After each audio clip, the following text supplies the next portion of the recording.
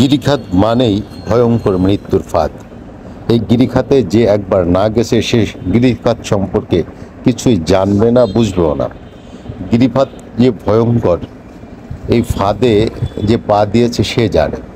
এই জন্যই যারা পর্যটক আছে, বিশেষ করে পাহাড় অঞ্চলে ঘুরতে যায়, তারা গিরিখাতের অনুসন্ধান করেছেন বা দেখেছেন। পৃথিবীতে সল্ট গিরিখাত আছে আমেরিকার অ্যান্টিলোপ অঞ্চলে আর কি, সেটিও একসময় আপনারা দেখতে পারবেন। আজকে গিরিখাত নিয়ে কথা বলছি। এই গিরিখাত ইতিমধ্যে অনেকেই দেখেছেন, জেনেছেন, বুঝেছেন, কিন্তু গিরিখাত সম্পর্কে আমার তেমন ধারণা নেই। যাদের এই গিরিখাত সম্পর্কে সুন্দর ধারণা আছে তারা কমেন্ট বক্সে সুন্দর সুন্দর করে মন্তব্য করতে পারেন, আপনার ধারণাগুলো তুলে ধরতে পারেন। আমি গুলজার হোসেন আছি আপনাদের সাথে। যাই হোক, এই গিরিখাত পৃথিবীতে আপনারা যারা এই ভিডিওটা দেখছেন তারা কে কে সরাসরি গিরিখাত উপভোগ করেছেন, দেখেছেন, গিরিখাতে হেঁটেছেন। আমি বলেছি গিরিখাত মানেই ভয়ঙ্কর মৃত্যুর ফাঁদ। আসলে এই কথাটার সত্যতা কতটুকু সেটুকু আপনারাই বুঝিয়ে বলবেন এবং দেখিয়ে দেবেন। আমি জানি যে গিরিখাতে হড়কা বান হয়। এই হড়কা বান প্রচণ্ড বেগে আসে। দেখা যায় আপনি কোথাও গিরিখাতের একটি জায়গা আছেন, শুকনো মনে করে যে কোথাও তো পানি নেই, কিছু নেই, জল নেই, এখানে শুষ্ক শুকনো আছে, আমি হাঁটতে পারি। কিন্তু দেখা যায় এমন একটি জায়গায় বন্যা বা প্লাবিত হয়েছে, বৃষ্টির জল, বানের জল এসে আপনাকে ভাসিয়ে নিয়ে যেতে পারে মুহূর্তের মধ্যে। এই জন্য গিরিখাত খুব ভয়ঙ্কর। আপনি এই পাথরে ও পাথরে আছাড়কে দেখা যায় মারাও যাচ্ছেন। পৃথিবীর অনেক মানুষ এই গিরিখাতে হাঁটতে যেয়ে, গিরিখাত দেখতে যেয়ে এইভাবে প্রাণ গিয়েছে তাদের। আমি চাই না যে আপনাদের কারুর প্রাণী এইভাবে যাক। এই জন্য গিরিখাত নিয়ে আপনাদের সামনে এসেছে। আর গিরিখাত দেখতে অত্যন্ত সুন্দর। এই সুন্দরের মধ্যেই লুকিয়ে থাকে, যেরকম পার্লার ফেরত অনেক নায়িকা আছে বা অন্যান্য কিছু আছে, তারা দেখতে সুন্দর হলেও কিন্তু সংসারী হতে পারে না। পৃথিবীর অনেক কম নায়িকাই আছে সংসারী হয়েছে, উপযোগী হয়েছে সংসারে। ঠিক গিরিখাত এরকম বসবাসযোগ্য নয়।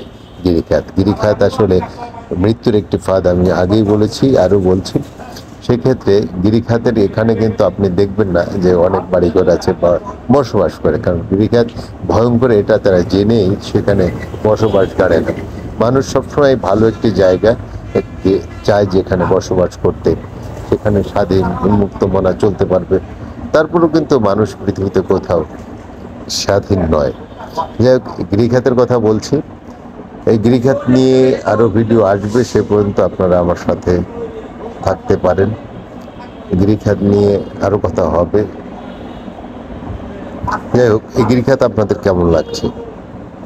চমৎকার চমৎকার গিরিখাত কিন্তু আছে। গিরিখাতের মাঝখান দিয়ে দেখেন রাস্তা নেমে গেছে, এটি নদী। দেখা যায় উপরে কোথাও বর্ষা হচ্ছে, আপনি জানছেন না।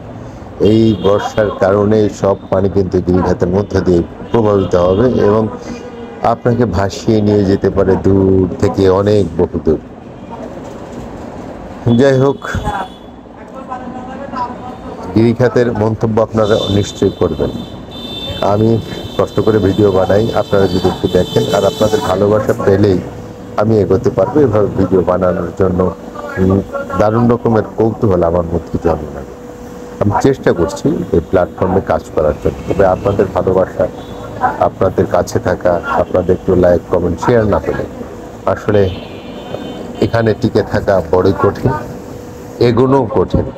এই জন্য আপনাদের ভালোবাসা চেয়ে থাকি। আর আমি তো মনে করি পৃথিবীর যে কোনো মানুষের ভালোবাসা ছাড়া পৃথিবীতে কেউ সেরা হতে পারে না, সার্থক হতে পারে না, জয়ী হতে পারে না।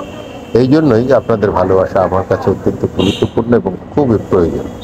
যাই হোক, এই গিরিখাত কত নান্দনিক চমৎকার দেখেন।